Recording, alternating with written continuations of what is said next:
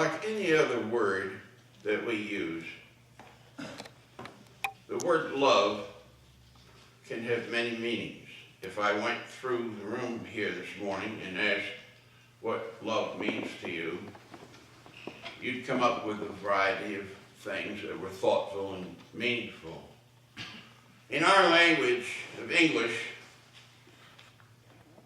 we are limited because unlike the New Testament, which was written originally in the Greek language has many words for love. So one of the things that I did was I looked up which word for love were they using for this chapter that Nancy just read to us. Because there's a word for erotic love, there's a word that's a love toward God, and then there's a word for love about how we treat other people. And so I was interested to find that the word love in this chapter was talking about our attitudes and how we are toward other people. It's not talking about romantic love, although this is read many times at weddings. It's really talking about how we are overall with people. And I found that to be interesting.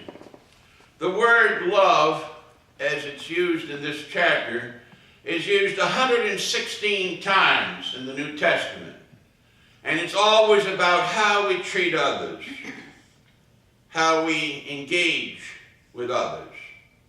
So if you look at the text that you have in your bulletin and you notice there's all of these things, though I speak with tongues, though I give gifts, though I am good to the poor, and though I have all these wonderful things that I do, without love, it means absolutely nothing.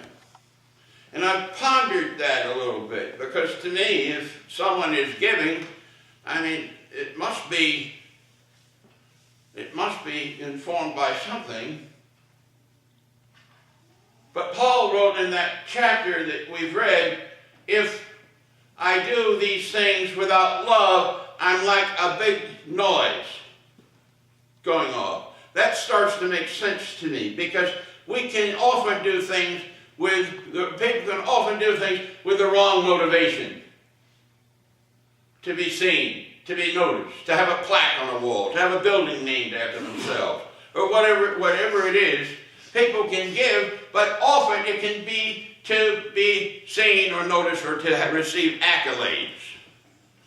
Jesus said, when you pray, do it in secret. When you give, don't let your giving be known publicly. Do it for the right reasons. Do it because you're genuinely moved with compassion for others. How we treat others is important. Jesus was not an easy teacher.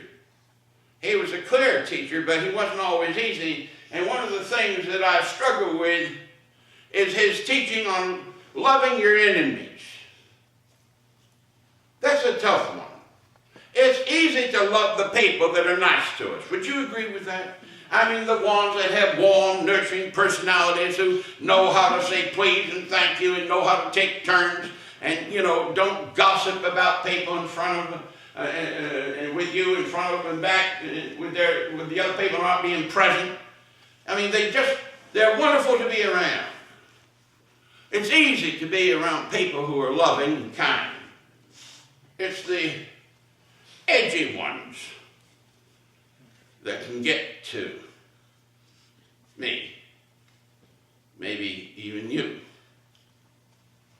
It's those people that, no matter how hard you try, it's tough to love them.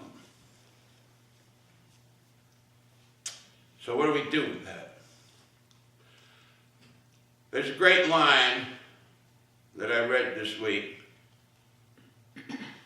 Treat your enemies as though they could become your best friends. Treat your enemies as though they could become your best friends. That takes an adjustment, isn't it? It's much easier to put people in boxes. It's much easier to say, oh, they'll never change. I know that family. I know them well. Leopards don't change their spots. We have all these cliches, and it's, you know, we have people sized up. Sometimes teachers do that in schools. We taught other members of this family, and we know that this child won't be any different, or the family is going to be problematic. How awful is it for that kind of prejudice to come on the first day of school? Attitudinally. And often it is not spoken. It is subtle, nuanced. It's tough to love people who are difficult. It requires that I have a new vision of them. Not for what they are, but what they could become. And one of the reasons I love the gospel, one of the reasons I love the messages of Jesus, is because it's not all saccharine and sweetness and fluff and marshmallow and peanut butter. He asks us to do some tough things, like readjust our attitudes, give people a second chance, to say, I'm going to be kind and not expect anything in return. I'm going to do the right thing, even though this is not my favorite person. Treat my enemies as though they could become my best friends. Wendell Berry said that in one of his poems. It challenges me. It grips me, because it's easy to love people who are smiling, nice, and how you doing, and good to see you, and chat you up and talk, and they're wonderful. But it's those personalities we all know. Sometimes we put on the face and we act as though under this persona that we're doing the right thing. But we all know, at least I think we know, we can play the game and act as though we are nice to people and truly in our hearts dislike them intensely. Right? We know how to play the game. Jesus tells a story about being at a dinner with a Pharisee in the 14th chapter of Luke. And all the big shots are there.